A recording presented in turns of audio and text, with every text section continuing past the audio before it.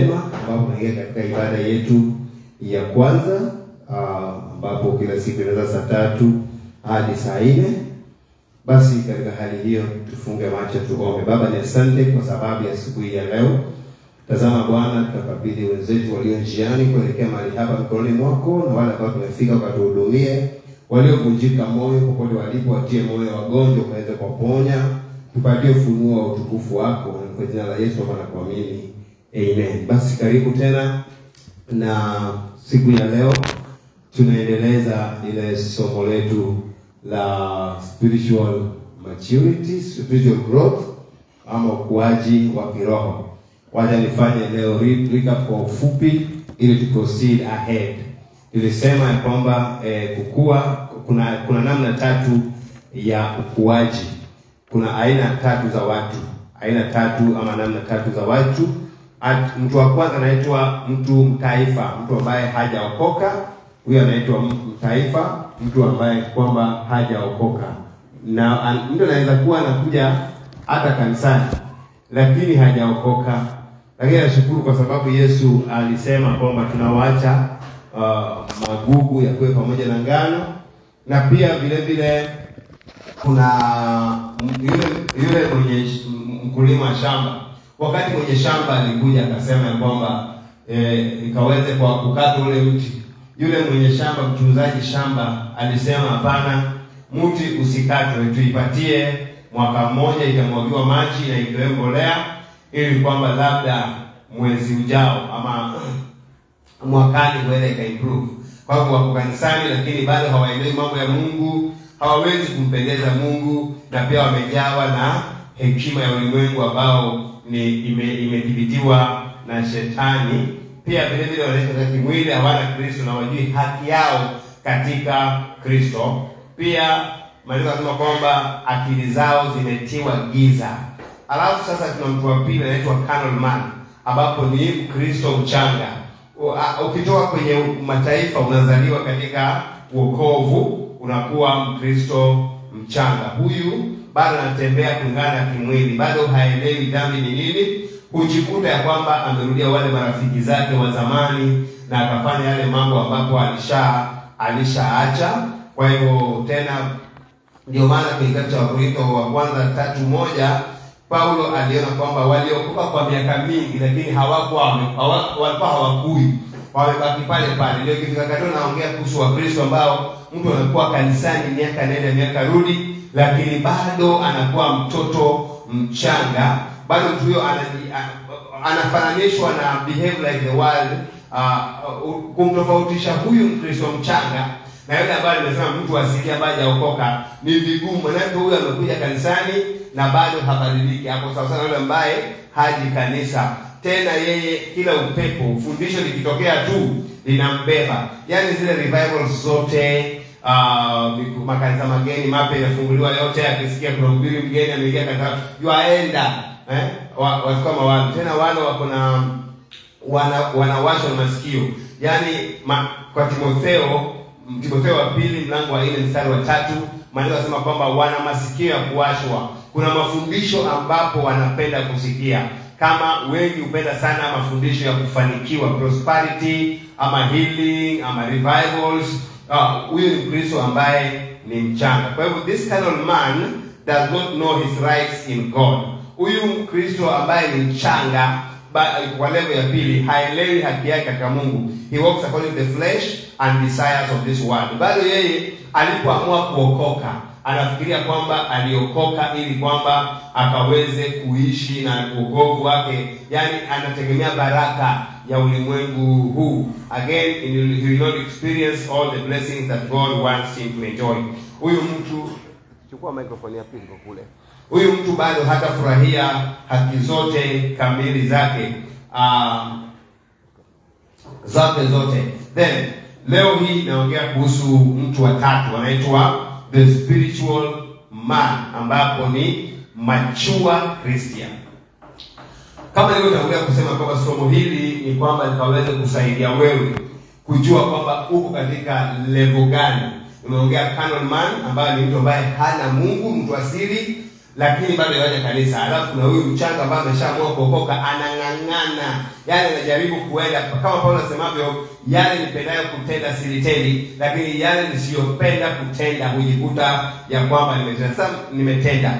Sasa mtu wa tatu ni spiritual man, ambao ni mature Christian. Anakaaje kama umekuwa Mkristo ambao umekomaa? Unakaaje? Most Christians never become mature. Utafiti unaonyesha kwamba Wakristo wengi hawakubali kuwa kukomaa, ama hawajapewa nafasi ya kukomaa. Most Christians have never been given the opportunity to become mature. They've never been fed properly.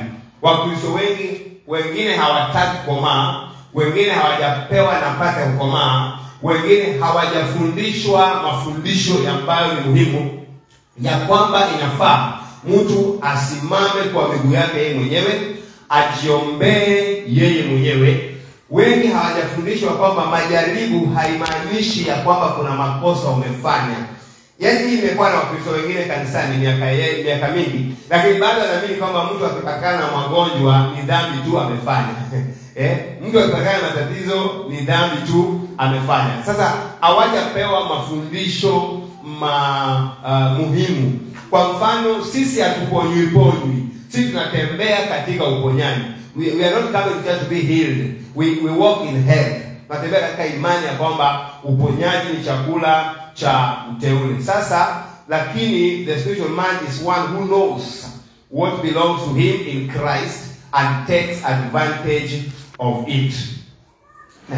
Nakala hii inatoka kwenye kitabu kinaitwa ukipata kitabu cha Kenneth Hagin ambayo inaitwa Growing Up Spiritually. Mimi niko na diploma katika theory kutoka kwa Rhema Bible Training College ambayo imeanzishwa na Kenneth Hagin. Kwa hiyo mafundisho haya ambayo anafundisha yapatikana kwenye vitabu vingi vya Kenneth Hagin, na hata ndio chuo nimesomea. Kwa hivyo ukipata kitabu cha Kenneth Hagin ambao inaitwa Growing Up Spiritually, ukurasa wa 128. Sasa tusome kitabu cha Waefeso 1:3. Waefeso 1:3. Sikie. Nimeshaongea kuhusu Mkristo, mtu wa kimwili na Mkristo mchanga. Sasa naongea kuhusu Mkristo ambapo kwamba amekomaa. Mkristo aliyekomaa anafanana vipi?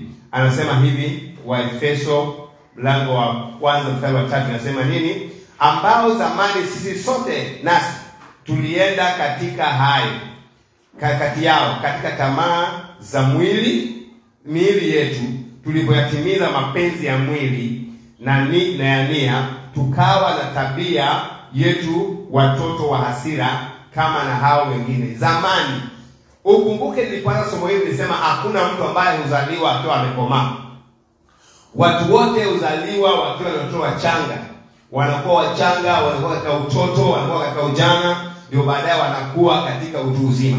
Na ndio nasema vile maisha ya kiroho inaanza katika kuzaliwa kiroho, kuwa mchanga wa kiroho, mtoto wa kiroho, na baadaye unakuwa mtu mzima. Kwa hivyo hapo zamani tulikuwa kama hao watoto wa hasira, waliokutembea katika hasira ya Mungu. So mtu wa kiroho ni mtu ambaye sasa anaongozwa na Roho na sio mtu ambaye anaongozwa na mwili. Hebu tuangalie tamaa za mwili. Mambo ya mwili inakaa vipi? Nisomee Galatia 5 kuanzia mstari wa 16.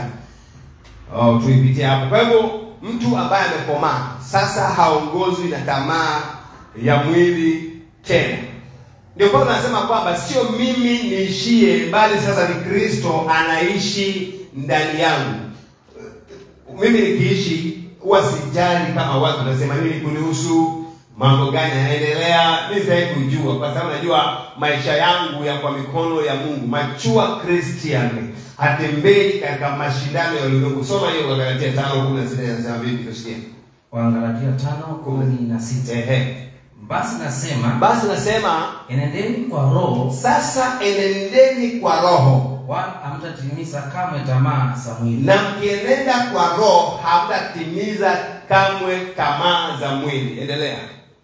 Kwa sababu mwili utamani kukishindana na Roho. Kwa maana mwili unatamani ukishindana na roho. Ndio maana mtu ambaye ni mtaifa bado mambo anayoona ni mambo ya kimwili, bado anafuata mambo ya kimwili. Soma. Na roho kushindana na mwili. Roho na kushindana na mwili. Kwa maana hizi zimepigana. Mwili na roho zimepigana. Sasa nataka uelewe hili. Twende kwa kitabu cha Waefeso 4 mstari wa 14. Love is the key characteristic of a spiritual man. Love is a key characteristic of the spiritual man. Leo nilipokuwa naongea katika ibada ya asubuhi, niliambiwa washirika kwamba mzazi mzuri akitaka kubariki wanawe, nikaangalia kitabu wakati ambao Yakobo alitaka kubariki wanawe. Ijapokuwa Ruben alikuwa amefanya makosa, akachafua kitanda cha baba yake. Ijapokuwa Lawi na Juda kulikuwa wamefanya makosa, mpaka yule Dina walionajisi Dina, waliwadanganya wakatahiriwe, alafu wakaenda wakawaua wote. Lakini siku ya kuwabariki aliwakumbusha wale makosa yao, lakini bado baba mwenye hekima aliweza tu kuwabariki wanayo wote. Nikasema kama uko na watoto, wakati wa kubariki mtoto usiangalie tabia yake mbaya. Hiyo tabia yake mbaya fungia macho kabisa.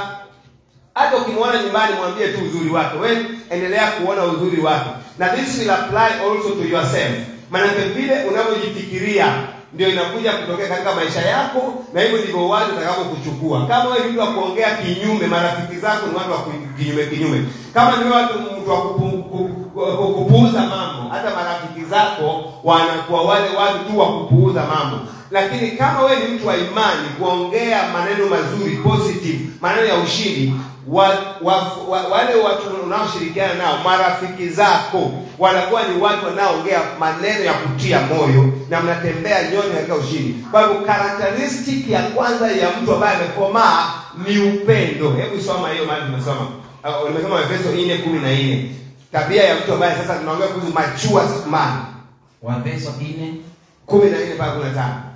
Ili tusiwe tena watoto wachanga. Inafaa tusiwe tena watoto wachanga, tukitupwa huku na huku. Ambao tunatupwa huku, tukisikia pale kuna mafundisho ya anointing, tuko hapo. Tukisikia pale kuna prosperity, tuko hapo. Tukisikia pale kuna miracles, tuko hapo. Tukisikia pale tuko hapo. Wewe unasikia tu makubwa. Mimi ni katika experience ambayo niko nayo, na huwa sijali kwa neema ya Mungu ile experience ninayo kwa huduma. Na nafanya kusema nikiweka vyombo vizuri vikubwa, unaona kila kijana pia na siri yake na kawimbo kangu. Hata hao wasanii wanapenda wale vitu vikubwa waende pale, na mimi nashukuru kiroho nilikomani kiwa mchanga. I don't care. Hata nikiweka speaker hapo moja na waimbaji wasikuje, tena bado naelewa je nafanya, nitaendelea hivyo. Maana situpwi pale na pale. Baba ambaye amekomaa, hata kama ameishi kwa nyumba ya makuti, hiyo ndio nyumba yake. Lakini vijana ambao ni wachanga ataenda kwa rafiki yake, maana kwa rafiki yao kuna TV, kuna nyumba ya gorofa, kuna mambo gani, maana anaenda huko. Lakini kama wewe ndiwe baba umekomaa, nyumba yako acha, wamwachia nani?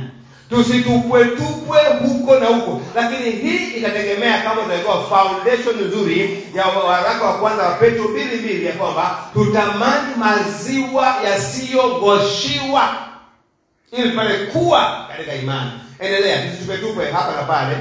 Na kuchukuliwa na kila upepo wa elimu. Siku moja kuna pastor Koleni, maana yake niko online, aliponunua vyombo.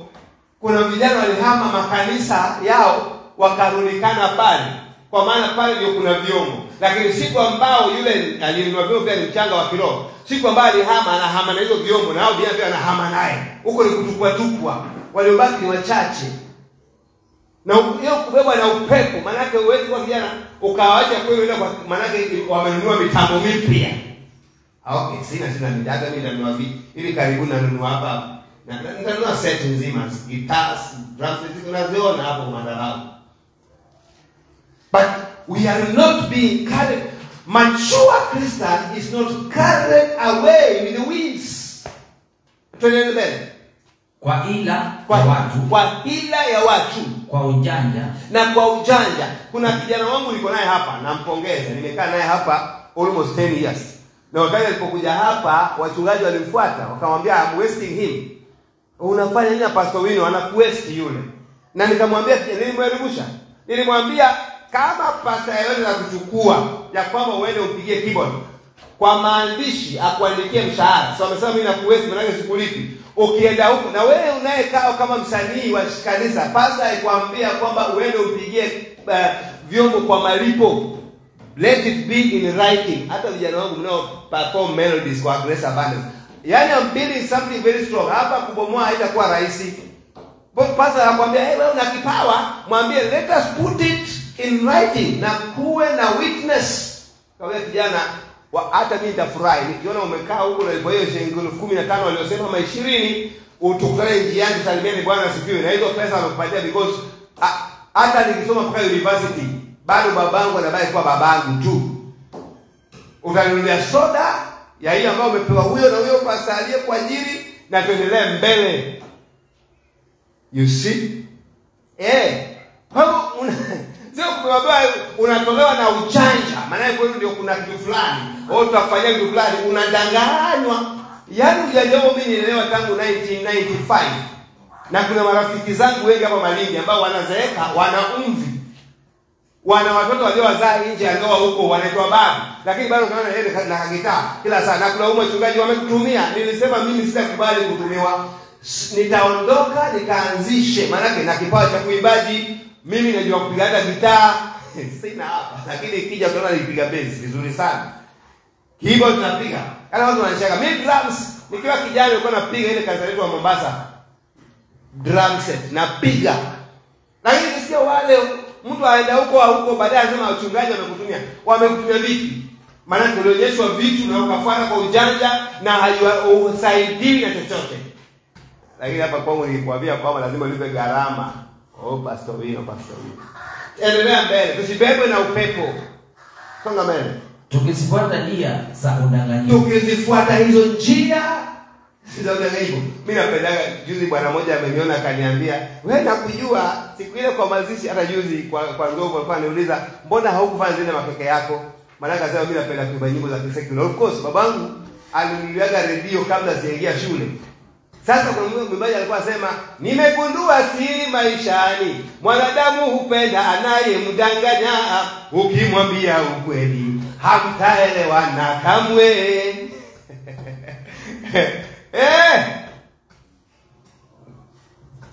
Mwanadamu hupenda anayemdanganya. Wanatafuta mafundisho ya ujanja.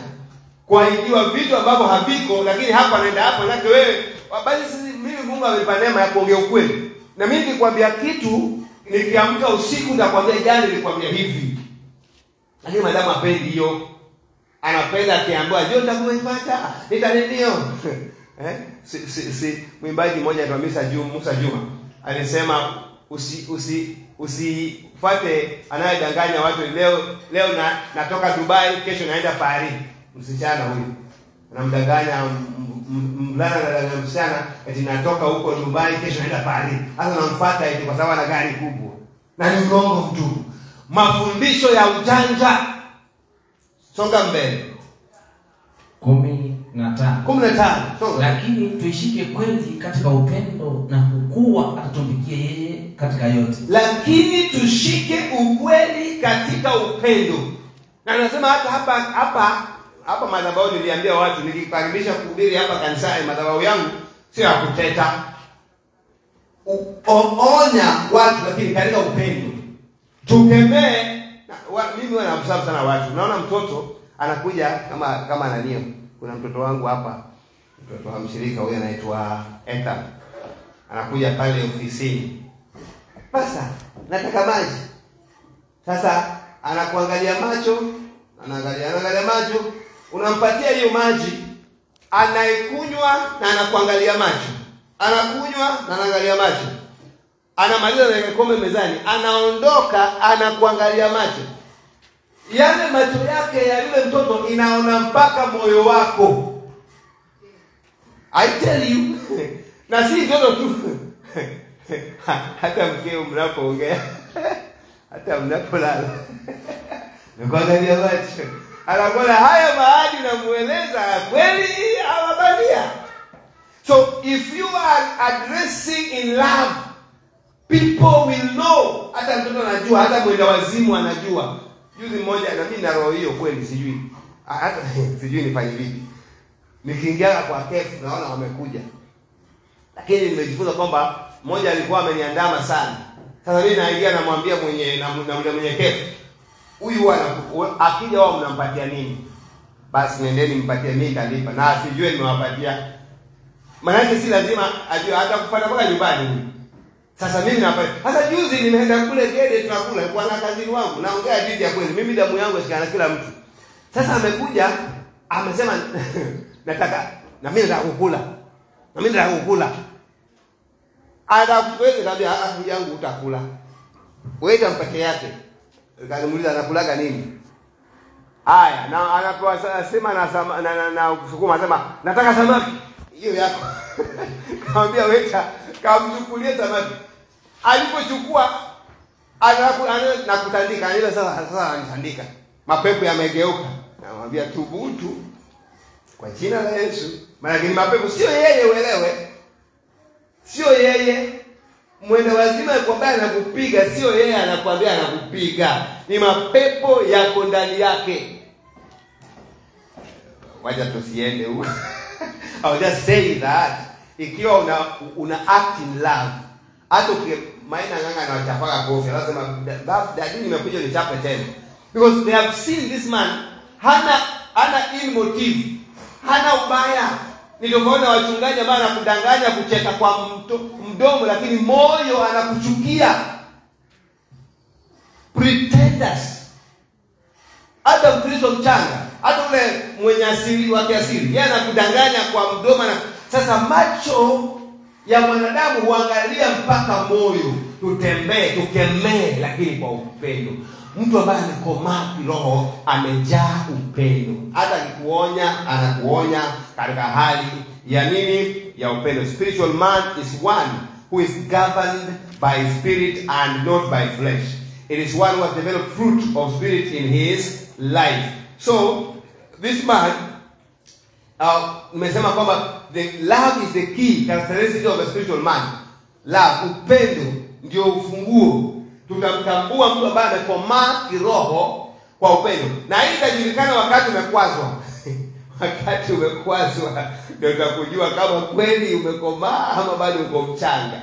Maana wengine akikasirika anasahau Yesu bado anawekwa chini kwanza, atakuja chukuliwa baadaye. Wakati ambapo hatujakasirika kila mmoja anaweza atajiweka vizuri.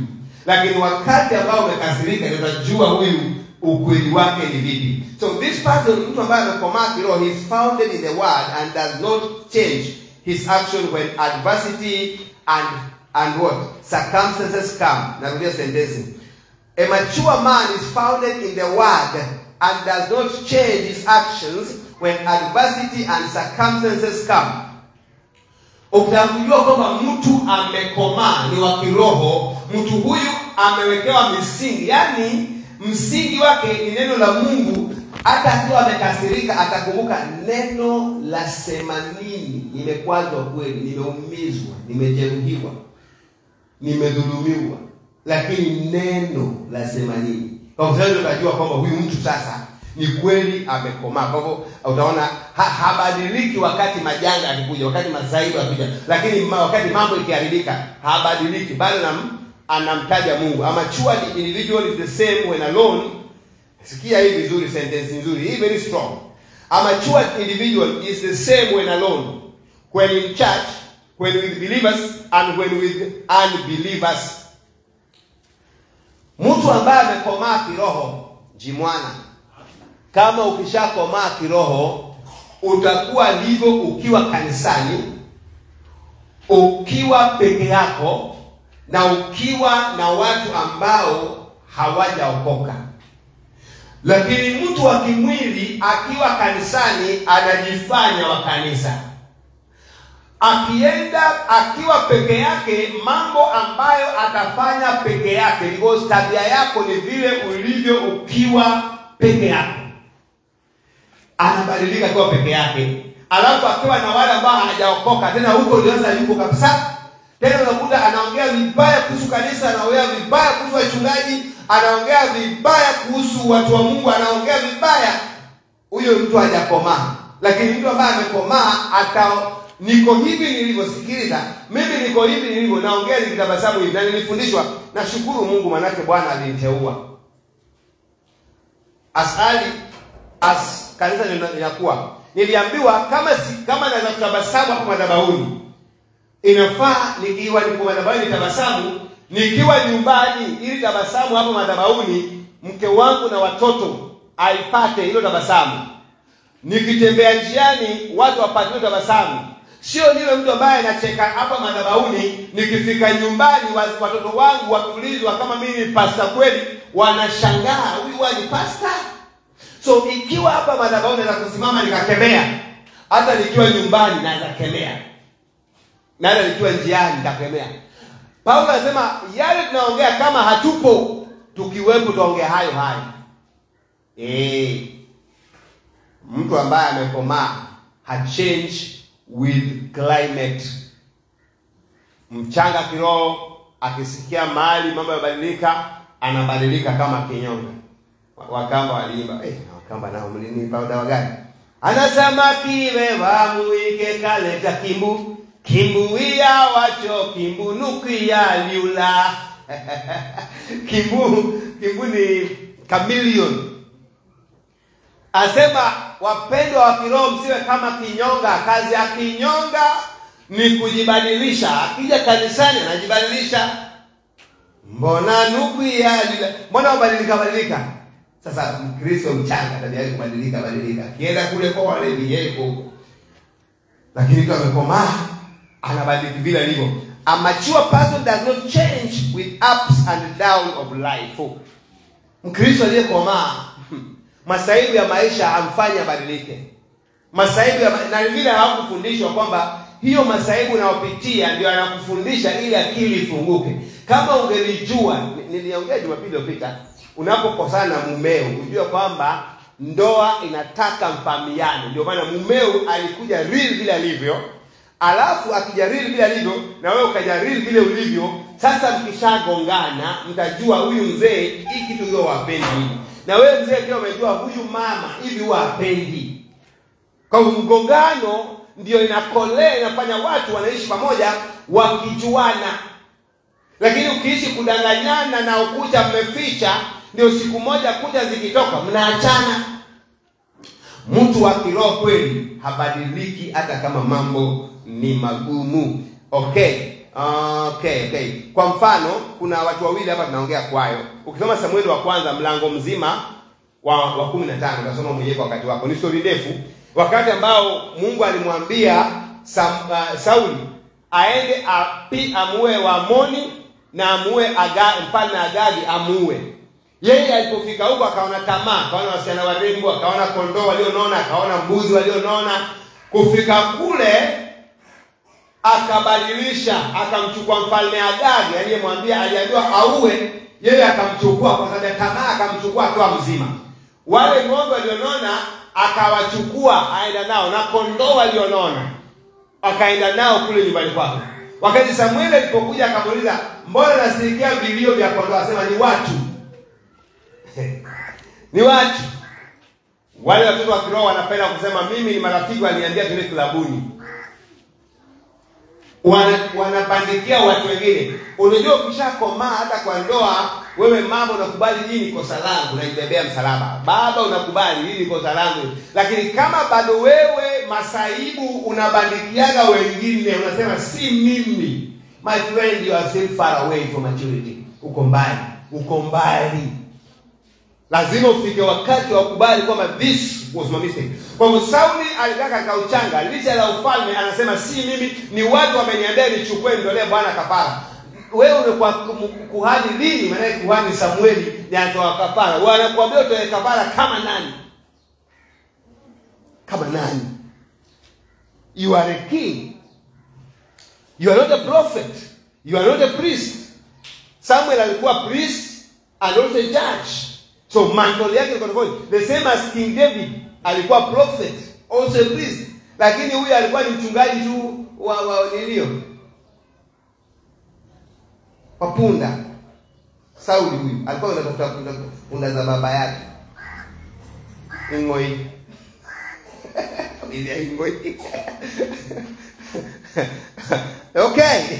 Okay, but Samuel, then he lied. Saul succumbed to his people and would not kill all the animals. Then he lied to Samuel. He changed depending on circumstance.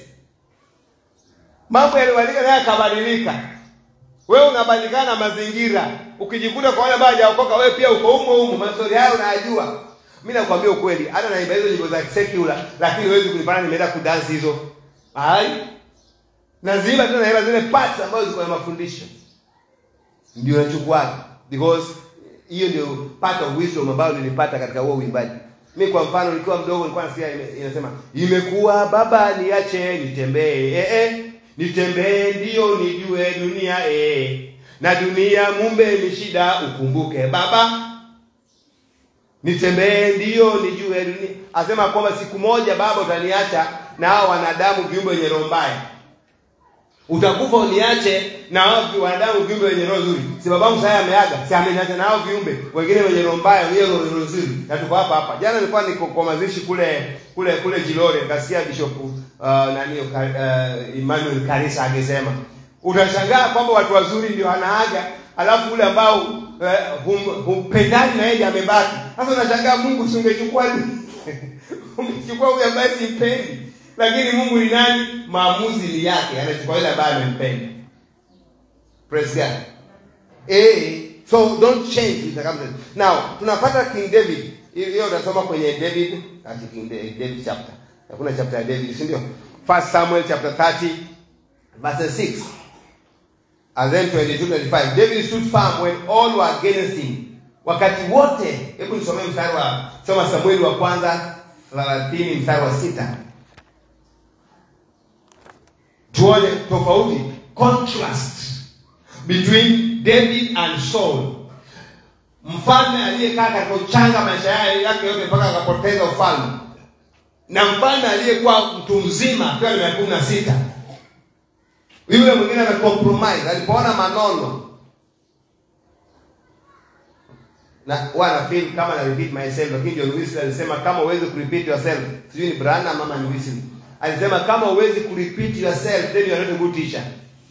Mimi nilikuwa nimechumbia mwanamke wa kizungu na nikakataa compromise wokovu wangu. Alafu Masai mmoja akamchukua yule mwanamke.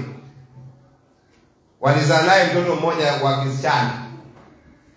Na yeye aliniambia, wewe unachezea pesa. Mimi nitafuata kile ninachokuwa nifanye haja yangu mara mradi ile ngambo. You see? Msichana unasikiza? Yeye eti wewe ukishaonyeshwa pesa wewe sasa unafuata kama ndio tunakafara? Kama ndio tunakafara? Maana ndio umeona ananiambia wewe unacheza, mimi nitafanya. Na tena hawakuishi. Alienda ngamba akarudi nikamwona bado uko mlevi huku mtaani Malindi. Kasema kumbe hiyo kwa mimi ndio wewe mlevi, wala ninge compromise salvation, my friends. Sauli alikaa katika utoto miaka yake yote, lakini Daudi alikoma kwa mdogo. Soma 30 mstari wa 6. Samueli wa kwanza 30 mstari wa 6. Ndio. Naye Daudi akafadhaika sana. Daudi akafadhaika sana kwa sababu watu walikuwa wakisema kwamba kwa mawe. Daudi siku hiyo maadui walikuja, yeye alikuwa yuko pangoni kule. Pango la Adulamu. Amejificha kule. Alafu aliporudi akapata watu wamevamia, wanawake wamechukuliwa, watu wamechukuliwa. Watu wote wakamgeukia Daudi, wakasema wewe ndio sababu ya wake zetu kuchukuliwa. Wewe ndio sababu ya wake kuchukuliwa. Tunakupiga mawe. Upigwe alifanya Daudi, twende mbele. Kwa maana nafsi za hao watu wote walisononeka. Ndio. Kila mtu kwa ajili ya wanawe na bibi zake. Lakini Daudi akajitia nguvu. Unasikia neno lakini mtu ambaye anakomaa pamoja na kwamba watu wote wameinuka hapo kazini, they are against you. Majirani wote wamegeuka, na inakaa kani na washirika wote wanageuka kama pasi. Asamachua. Lakini in the middle of adversity, what do you do when you find yourself in the middle of adversity? Unafanyaje ukijikuta katika hali tata, katikati ya stone and hard thing? What do you do? Katikati ya moto na moto. Akafanya lakini Daudi akafanya nini? Lakini Daudi akajitia nguvu katika Bwana Mungu wake. Daudi akajitia nguvu katika Bwana Mungu wake.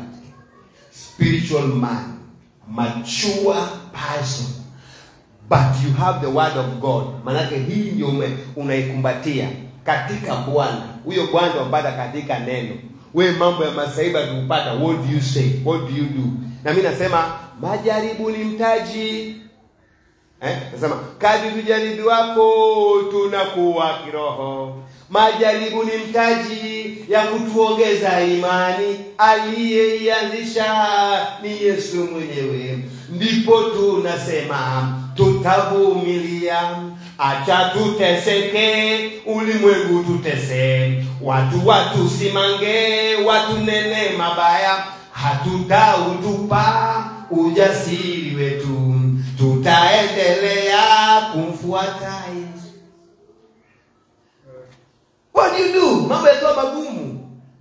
Unajifanya na dilemma. What do you do? Daudi akajitia nguvu katika Bwana Mungu wake. Sasa how do you respond in times of when adversity will locate you? Wakati mambo yakikupata utafanya nini? A carnal person will always respond from the flesh in times of adversity. Mtu wa kimwili kila saa atajibu, mimi usinichezee, mimi pia ni mwanaume. Kwa nini unafikiri mimi ni mwanamke hapa? Mtu wa kimwili huyo. Mimi si ati niokoka ndio mnichezee. Huyo bado uko kwa mwili. Maana kama ukipigana hizo vita wewe mwenyewe na mbavu zako, Mungu anafanya nini? Lakini sasa mimi naogopa, nasema afadhali nikupiga. Na kuachia Mungu mbaya sana. Sometimes. But afadhali kuachia kwa hiyo Mungu mpambane. Kwani nini? Na mimi sasa kuombea, simwambie Mungu, yani simfundishi kazi Mungu adabu anakupatia. Himself will decide. Lakini Mungu ni mzuri, maana ukitubu hata kama nataka kuua hawezi kuua. Ndio mtu alisema chunga maisha yako, maana watu watakuua na wakishakuua wataenda kwa Mungu waombe msamaha na Mungu atawasamehe na wote kwa wamekufa. So take care of your life my friend. Watakuua na waende kwa Mungu na waombe msamaha na Mungu atawasamehe na wote kwa wamekufa. What am I saying? Bado usipigane kama mtu mzima wa kiroho, mtu wa kiroho. Si wakati wako wa kupigana, wa kuonyesha kwamba wewe ni mwanamke, si wewe ni mwanaume, si wewe ulisoma, si wewe nini. Hamna. Mtu wa kimwili atapambana kwa hiyo. The action you take in times of adversity determines if you are spiritual or carnal. The action you take in times of adversity determines if you are spiritual or carnal. Hatua unaochukua wakati wa masaibu, wakati wa shida, wakati umekasirika, itaonyesha kama wewe ni mtu wa kiroho ama ni mtu wa kimwili. Maana mtu wa kimwili anapambana kimwili. Hallelujah. So okay, now point nyingine namba 9 hiyo, growth comes by the word of God. Njia pekee yake ambapo ukuaji inakuwa. Kama unataka kukua kiroho, wachana hizi tabiri. Wachana kuvunja madhabahu my friends. Utafanya kazi kubwa. Utafanya kazi kubwa. Kukua itakuja kama utasoma. Nilifundishwa hivi ya kwamba ukienda bank haufundishwi fake money. Unafundishwaga the legal tender Kenya money. Unapewa gunia nzima uende kuhesabu. Unashangaa basi mimi nilikuja hapa bank kufanya kazi ya kuhesabu pesa. Kumbe wale wanataka mikono yako izoe pesa ndio kesho fake money. Wewe nenda pale kwa bank siku moja ufanye blanda tu. Makusudi chukua fake money umpelekee banka.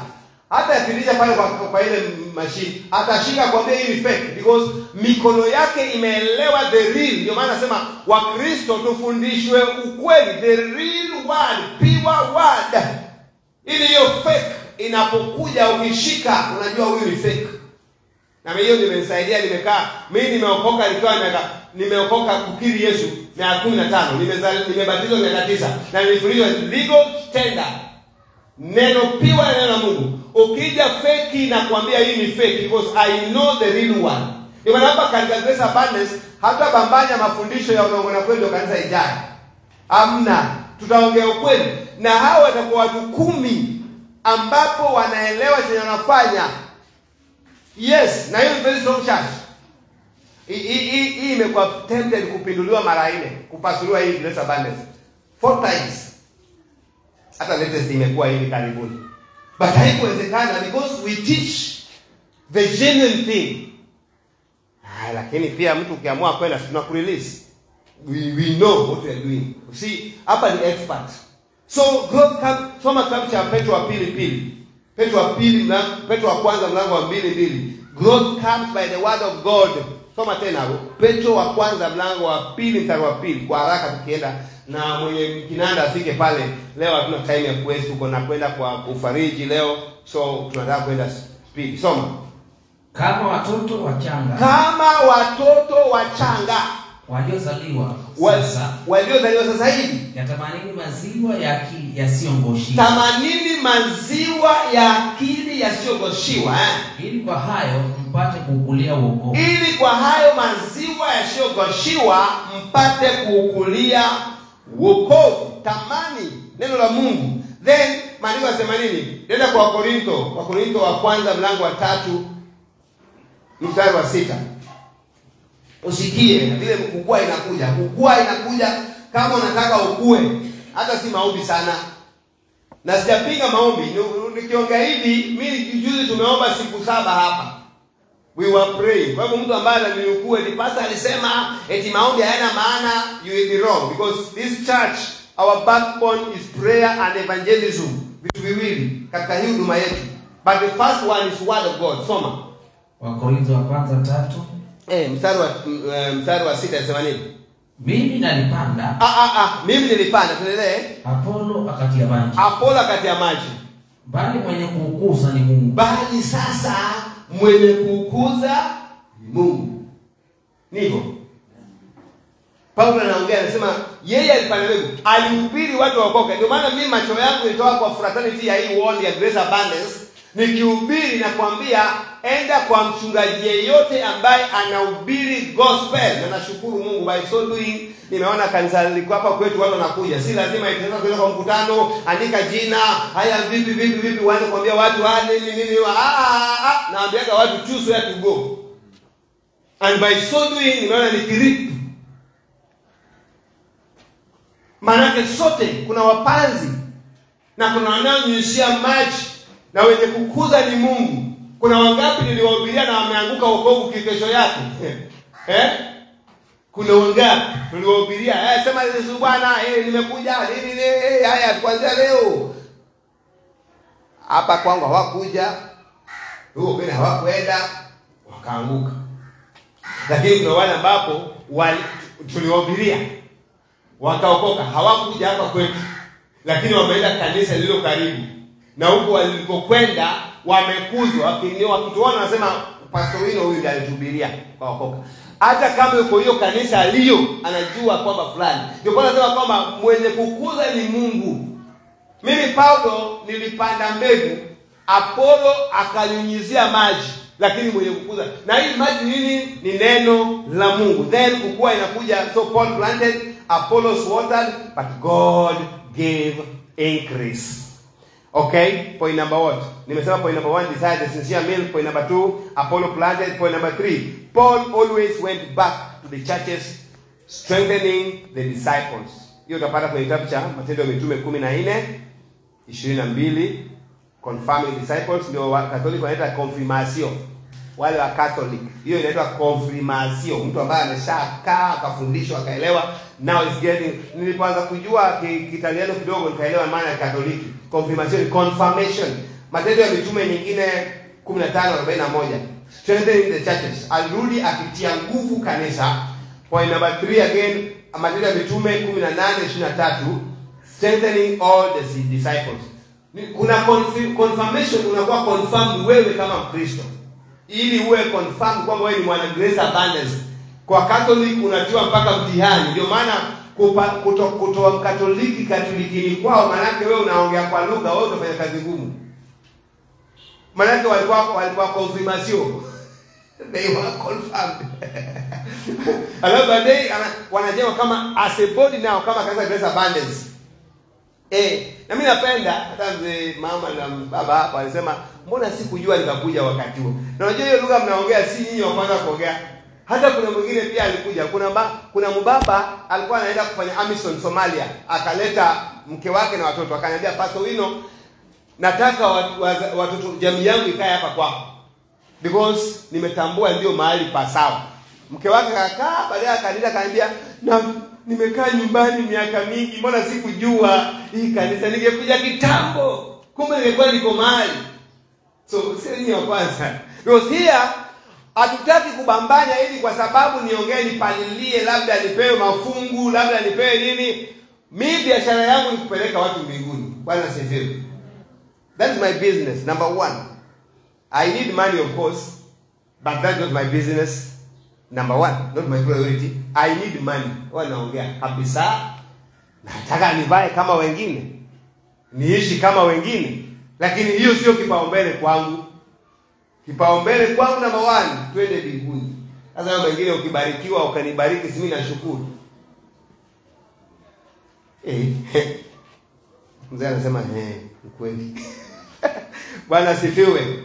Now, number 4 now, ministry gifts were given for growth. Ukishakuja kanisani, hebu soma sasa Waefeso 4:11 mpaka 14.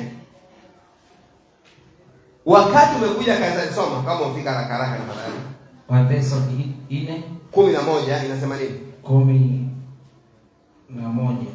Mstari wa 14 soma. Mlango wa 4 mstari wa 11. Naye alitoa wengine kuwa mitume. Naye huyo Bwana alitoa wengine kuwa mitume, na wengine kuwa manabii. Wengine kuwa manabii, na wengine kuwa wainjilisti. Wengine kuwa wainjilisti, na wengine kuwa wachungaji. Wengine kuwa wachungaji, wengine kuwa nini? Walimu. Kwa nini? Kwa kusudi la kuwakamilisha watakatifu. Kusudi la wewe ukija hapa kanisani, Bwana amekupatia kipawa cha unabii. Kusudi cha kwamba umekuja hapa kanisani, Bwana amekupa kipawa cha uinjilisti. Kusudi umekuja kanisani hapa, Bwana amekupa kipawa kama changu cha kufundisha. Yote ni kujenga mwili wa Kristo ifikie ukamilifu. Sio kwa ajili yako. Hata mimi hii kipawa natumia ni season yake, siishi hapa duniani. I have people ambao wanafikiria akipata hapa hapo duniani milele. We are not here forever. Ile miaka mingi sasa, yule anasemekana ameishi sana, ambao ana confirm, anasema akiwa miaka, anakumbuka yale mambo yalifanyika miaka 50 iliyopita. Ana miaka 116. Huyo ndio the oldest person in the world. Wengine exaggeration. 116. Kwa hivyo the only year ambao unaweza kuishi kwa mujibu wa maandiko duniani kuwa hai kabla hujanyakuliwa kama Theophilus, miaka 120. Only 120 years. Amen. So, ministry gifts were given for the church growth. Hallelujah. Worship team pale juu. Then now, the purpose of the word of God. Purpose. Kila kitu kuna kusudi. Nimesema mimi kusudi langu la kuhubiri ni kupeleka watu mbinguni. Ndio kusudi langu namba 1. Kwa chochote ambao unafanya, mimi nilipokuja kuhubiri hapa nikiwa kijana kama hao. Bwana mmoja aliniona nikihubiri barabara za Malindi. Mimi nilishangaa, askari mwingine pia akinisimamisha hapa. Askari, sasa umefika huku? Na mimi kauliza, nikauliza unanijua? Sasa nakujua. Si wewe unapiga kelele kule Majengo Mapya. Nikasema na wewe umefika nini huku? Akasema mimi simeenda na kazi. Kaza mimi nimeenda na kazi. Lakini huyu mwingine akaniona, akaniambia umejenga jina kule Malindi, wakuja kujenga huku pia jina. Now to him, ameona nikija huku kujenga jina. So what is your purpose of being? Kusudi lako ni nini? Mimi kusudi langu ni kuwa mchungaji, kuanza kuhubiri, si kuwa na kusudi lingine. Kusudi langu ni kupeleka watu mbinguni. Haya mengine, yes I have problems, I need money, whatever, I need to wear like others, nahitaji hata kama ni magari, sawa. Lakini saa zingine marafiki zangu nao wazungu, lakini huwa niko very very careful. Ndio maana sina haraka ya kusema nileteni waingeliani sasa hivi bila kujua sasa hivi waanze kutoa washirika sadaka. I'm very careful. My purpose, not money. Purpose of the word of God is nini? Point 1, to form beliefs. Kusudi la neno la Mungu ni kujenga imani. Isomea Wakorintho Warumi 10:17. The purpose of the word is to form belief, ili ujengeke, uwe na imani. Twende haraka maana kwa hiyo timu nataka huko juu sasa tukimalizia. Read it. Yes. Warumi 10:17. Basi imani chanzo chake ni kusikia. Basi the root of faith is hearing, and not hearing everything. Ni kusikia nini? Na kusikia huja kwa neno la Kristo. Kusikia huja kitakachojenga imani yako, sio kusikia makatangazo ya magazetini na redio na televisheni. Kusikia huja kwa neno, ndio kusudi la neno la Mungu. Kwa hivyo ni to form belief. Number 2, to strengthen the faith or belief. Already to strengthen beliefs that has already formed, or faith ambayo hebu soma hapo waraka wa pili wa Petro mlango wa 1:12. Worship at your feet, we bow before you. Soma tukiendaga waraka wa kwanza Petro 1:12. Kusudi la neno ikishajenga imani, nimekuambia mwalimu alifundisha tofauti ya a teacher and the teacher. Yaani unasema mwalimu, ukirudia Biblia unasema mwalimu huyo. Kwa hivyo kuna kujengwa imani na kukuza hilo imani. A faith, to build a faith and to strengthen the faith. Soma. Wakafunuliwa ya kuwa si kwa ajili yao wenyewe. Hiyo ni Petro wa pili. Waraka wa kwanza Petro wa pili, samahani. Rekebisha. Wa pili mlango wa kwanza mstari 12. Petro wa pili. Mwanzo 12. Mwanzo 12. Soma. 12. Kwa hiyo nitakuwa tayari kuwakumbusha hayo siku zote. Nitakuwa tayari kuwakumbusha ya kwamba imani huja kusikia neno siku zote. Nitakuwa tayari. Ndio nikasema, mtu aliyenikana akasema, even if I can repeat myself every Sunday and whatever I am repeating is genuine, I am allowed. Nitakuwa tayari kuwakumbusha kila siku. Alafu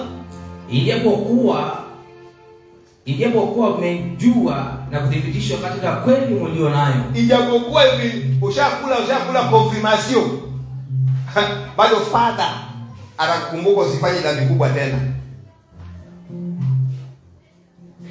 I'll be ready to remind you, to strengthen you. Enda Timotheo kumalizia.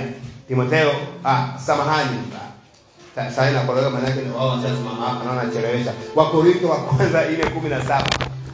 Wacha nipande huku. So haraka. Na nimeifunika pale, usinifanye kukumbushe tena. Soma. Wakorintho wa kwanza 4:17. Yes. Kwa sababu hii nimemtuma Timotheo kwenu. Sababu hii ni sababu ipi? Tuendelee. Aliye mwanangu mpendwa, mwaminifu katika Bwana. Atakayewakumbusha njia zangu zilizo katika Kristo. Sababu hii ilibidi Paulo amwache Timotheo ili awakumbushe.